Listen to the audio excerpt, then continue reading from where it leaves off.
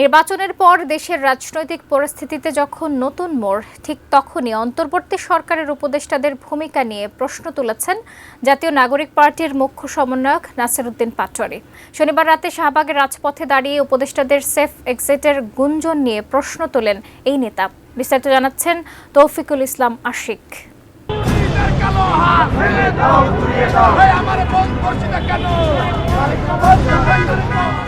নোয়াখালীতে শাপলাকলি মার্কায় ভোট দেওয়ায় এক নারীকে ধর্ষণ এবং দেশজুড়ে রাজনৈতিক সহিংসতার প্রতিবাদে আয়োজিত বিক্ষোভে অংশ নেন নাসির উদ্দিন পাটোয়ারি। মিছিল শেষে বিস্ফোরক মন্তব্য করেন জাতীয় নাগরিক পার্টির এই মুখ্য সমন্বয়ক। এ সময় তিনি উপদেষ্টাদের সেফ এক্সিটের বিষয়ে শঙ্কা প্রকাশ করেন।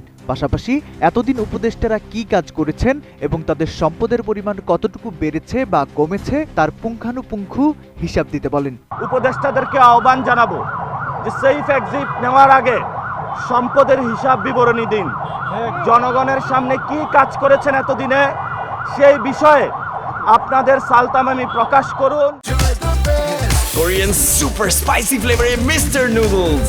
Oh bro, what a chat. বক্তব্যের একটি বড় অংশ জুড়ে ছিল সদ্য সমাপ্ত ত্রয়োদশ জাতীয় সংসদ নির্বাচনের কড়া সমালোচনা। বিশেষ করে ঢাকা ৮ আসনের ফলাফল নিয়ে প্রশ্ন তুলে তিনি কে ইঞ্জিনিয়ারিংয়ের নির্বাচন বলে অভিহিত করেন।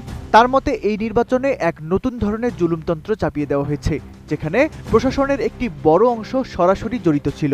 তারেক রহমান উনি যেই ধরনের ইঞ্জিনিয়ারিং করেছেন, যেটার মধ্যে এস্টাবলিশমেন্টেরও অনেকে অংশ ছিল এবং প্রশাসনেরও অনেকে জড়িত ছিল, এটা আপনারা জনগণের উপরে একটি জুলুমতন্ত্র চাপিয়ে দিলেন। আমরা শুনতে পাচ্ছি অনেক উপদেষ্টা সেফ এক্সিট নেওয়ার চিন্তা করছেন। নাসির উদ্দিন পাটোয়ারি আরও অভিযোগ করেন, বর্তমান প্রশাসনের পরোক্ষ সহযোগিতায় দেশের বিভিন্ন স্থানে আওয়ামী লীগের অফিস পুনরায় চালু করা হচ্ছে এবং সাধারণ মানুষের উপর আক্রমণ বাড়ছে। তিনি স্পষ্টভাবে হুঁশিয়ারি দেন, কোনো অপরাধী বা ব্যর্থ উপদেষ্টাকে ক্ষমা করার পক্ষপাতী নয় জাতীয় নাগরিক পার্টি। বাংলাদেশের এই নির্বাচনে প্রশাসনকে কাজে লাগিয়ে যেই ধরনের ঘৃণ্য সংস্কৃতি আপনি জন্ম দিয়েছেন, একটি জালেমকে বাংলাদেশে নিয়ে এসেছেন এবং তাদের মধ্য দিয়ে আমরা এখন দেখতে পাচ্ছি আওয়ামী লীগের অফিস উদ্বোধন হচ্ছে, বিভিন্ন জায়গায় আমাদের বোনেদের উপর আক্রমণ হচ্ছে। এটার জন্য আপনি ইতিহাসের কাছে দায়বদ্ধতা জায়গায় থাকবেন। আমরা কাউকে ক্ষমা করার পক্ষপাতী নই। নির্বাচন পরবর্তী এই পরিস্থিতিতে নাসির উদ্দিন পাটোয়ারির এই বক্তব্য রাজনৈতিক অঙ্গনে নতুন করে উত্তেজনা ছড়িয়ে দিয়েছে।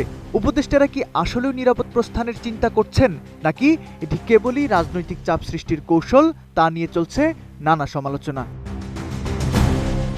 তৌফিকুল ইসলাম আশিক, এটিএন নিউজ।